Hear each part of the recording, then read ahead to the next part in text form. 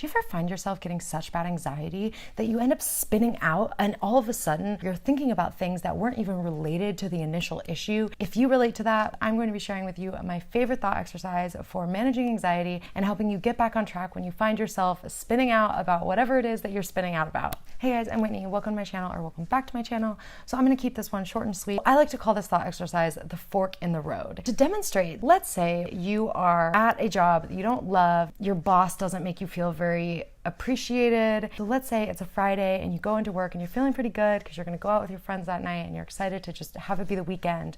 But you come into work and you realize that you had messed something up and your boss totally scolds you. You go home and you're thinking, I had a horrible day. Now I have to get ready to go out with my friends and I just feel so fat. You're putting on all these outfits that normally you feel super confident in, but this feeling of fat and this feeling of is just taking over, right? Aside from the fact that feeling fat, I'm going to get into that in a whole different video, but that's not a feeling. But so what started out being a really good day ended up being a pretty bad day. You were excited to see them, but now you're really not, and you're feeling really bad about yourself. You start looking in the mirror and you're like, I feel so ugly, I feel so miserable. It's like, well, I shouldn't eat, but I know I need to eat for later, but I don't want to eat, and I can't believe I ate so much for lunch. Like, I just have had the worst day, like all this stuff. And you're spinning and spinning and spinning so far away from the original problem that all of a sudden a problem about your boss and the deep-rooted problem about feeling unappreciated at work has turned into, I hate my body,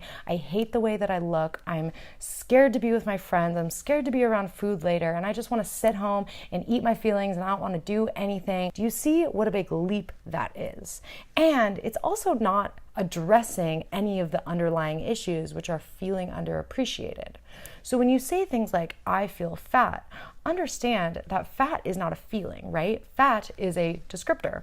Feeling fat, what are you really trying to say? Unfortunately, the word fat brings up a lot of negative connotations in this society. So you could be feeling unloved, unworthy, dissatisfied, angry, you could be disappointed, you could be feeling all of these things. But instead, we have put all of these feelings onto a physical descriptor that we have labeled ourselves and made into a negative thing. So aside from the fact that fat is not negative, this is a very common negative thought spiral that happens if you struggle with your body image, because it is much easier to put our negativity onto the way that we describe our body than it is to say, hey, maybe it's time to get a new job. And that's scary. And there's not a lot you can do about it in the moment, right? You can't just quit your job that day. I mean, maybe you can. Yeah, you can actually.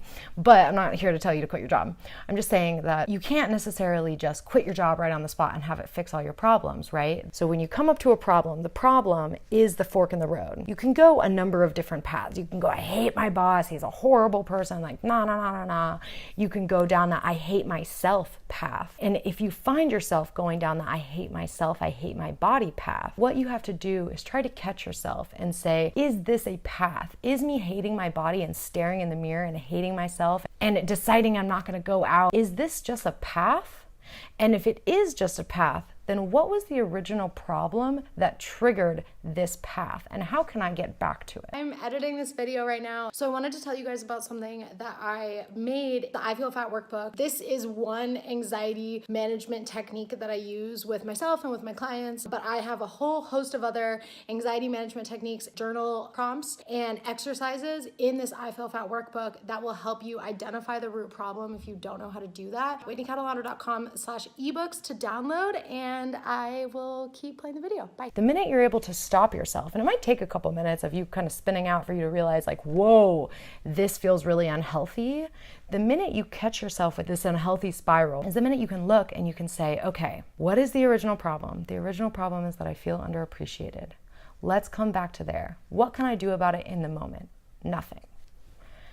Or maybe you can't. Whatever the issue may be for you, maybe you can fix it in the moment, in which case fix it. But if you can't fix it, then at least you can identify, okay, I don't feel fat, I don't feel ugly, I don't hate myself. What I do feel is blank. What I do feel is underappreciated and disappointed and used by my job and by my boss, and probably disappointed in myself because I messed up and got yelled at, and that sucks. Now that I know how I'm feeling, I can acknowledge my feelings and I can let them go. and I can say, what is the most productive thing that I can do tonight to help me with these negative feelings that are clearly like hurting me. They're really hurting. They're getting in there deep. Probably the most productive thing to do is to go to dinner with your friends, not worry about your body, know that your friends are going to love you regardless, and sit there and bitch about your boss. Yeah, that's fine. And be honest and be very vulnerable with it and say, yeah, I feel underappreciated. Yeah, I'm embarrassed that I messed up because I don't normally mess up. That is going to be a much better use of your emotions and a much better release of your emotions than trying to fix your body. Because at the end of the day, fixing your body and wanting to change your body and wanting to hate on yourself is not actually doing anything to change how you feel about yourself. It is literally just making you feel worse. And we like to wallow. It's very easy to wallow in that pity. But I would encourage you to notice when the path has come along and come back to the fork in the road so that you can feel your feelings and release them. I hope this helps.